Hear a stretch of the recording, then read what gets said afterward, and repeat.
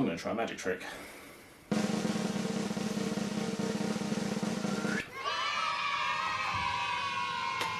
Roll the intro.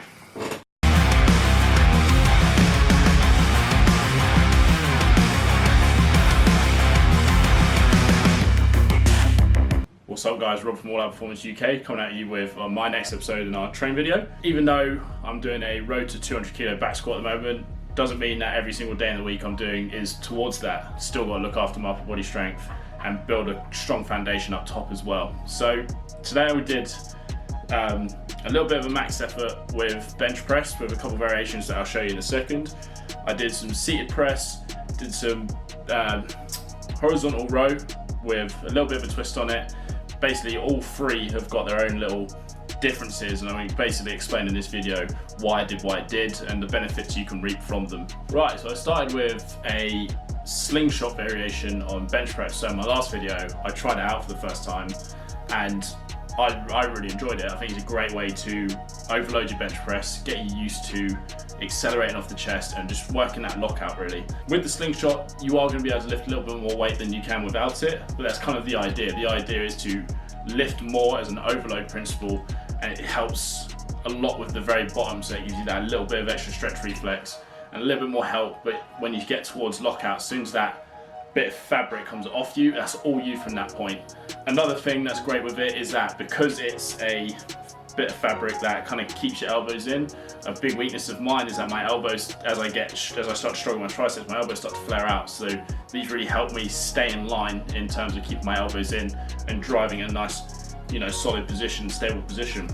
So I worked up, did a few sets beforehand, building up. I was doing like 10s, 8s and 6s, previous weights beforehand. I think I did pretty much 60, 80, 100, and then from there I went up in 10s.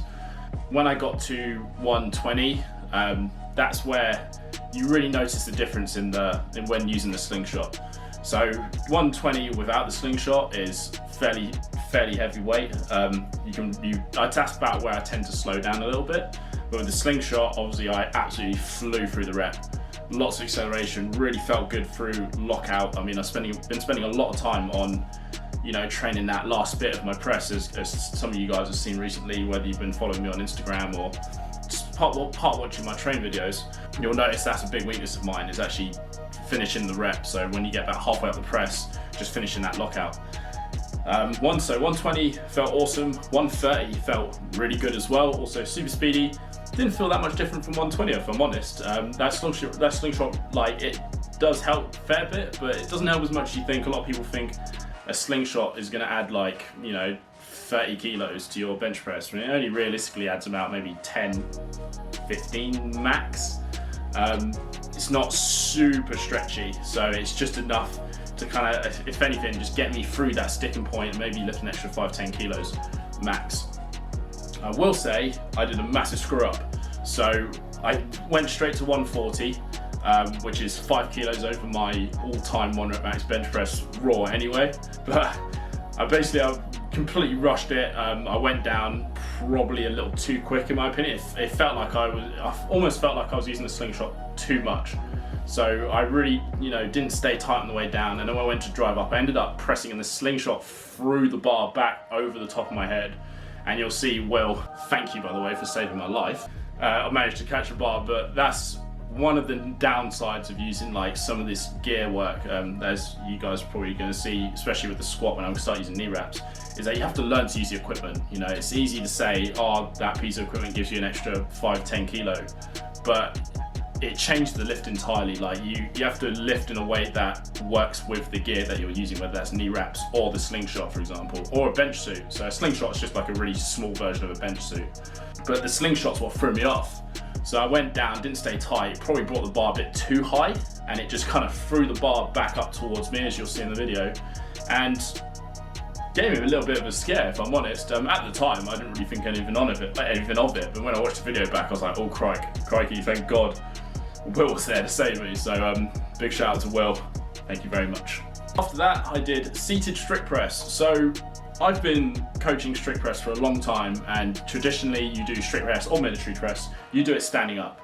I've noticed when I watch back my 1 rep max, so my 1 rep max is 88, I noticed that my heels come off the ground, so it wasn't really strict. So obviously there's a little bit of momentum where I'm using my calves a little bit to kind of just push my body just to kind of get the bar in the end. I'm kind of inclined to say that that's not my 1 rep max, but I kind of want to say it at the same time. We'll push past that. By sitting down, that eliminates all use of the lower body, because obviously you now, unless you get up off the bench, obviously you're not going to have any leg drive to help you lift the weight. So it's purely from, you know, from here upwards and only using the upper body, which is why I really like the seated variation. And the seated variation almost takes a little bit of the stability away as well. I feel a lot less stable sitting down than I do standing up. I feel like with my legs beneath me, obviously I can kind of grab the floor with my feet, you know, torque my glutes up and stabilize my pelvis a bit more. When I'm sitting down, I'm kind of just sitting and I'm a little bit loose. So if I feel like I press, well, I feel like if I do press offset, I feel like I can really notice the difference if I'm pressing more of my right arm than my left arm and vice versa.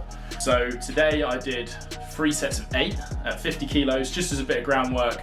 I did 3 seconds down in tempo, 3 seconds in my head. I don't know what it looks like on video, but I didn't want to just press up and then kind of just bring the bar straight down. I always want to control the eccentric, because I'm using this as a hypertrophy phase for my pressing strength for my shoulders, and I want to, you know, build muscle mass in that aspect. So that's what the seated strict press is designed to do. It's just a variation. It's a vertical pressing variation, and just the seated element is just going to put a lot more emphasis on pushing through my upper body and not using any lower body to help at all. So if you notice that you know, dip at the knees or use your calves to help with your initial strict press, this is going to be a great variation for you to try it. So make sure you try it out. I feel it a ton anyway.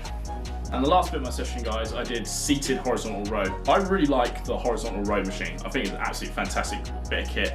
And that sort of mid-back, that horizontal pulling strength is so important. And you know, there's bent over row of a dumbbell, but then there's only so many bent over rows of a dumbbell that you can do. So it's nice to have that bit of kit just to kind of mix up a little bit. You can use both at the same time or use one handle at a time. I like to mix up between those variations as well. So sometimes I'll use both, and then sometimes I'll use one side then the other side. Just depends on, you know, what I'm doing for the next cycle. So usually every 3 weeks I tend to change it. So this being my first week for sort of this start of upper body training, I used 2 hands and I used 10 kilos each side, so nothing heavy, but what I used is I used a lot of band resistance. So as you can see my funky setup, obviously I've got green and purple kind of tied around the machine, and as I pull, like I spoke about accommodating resistance before, the further I pull, obviously the more band resistance, obviously the heavier the pull feels.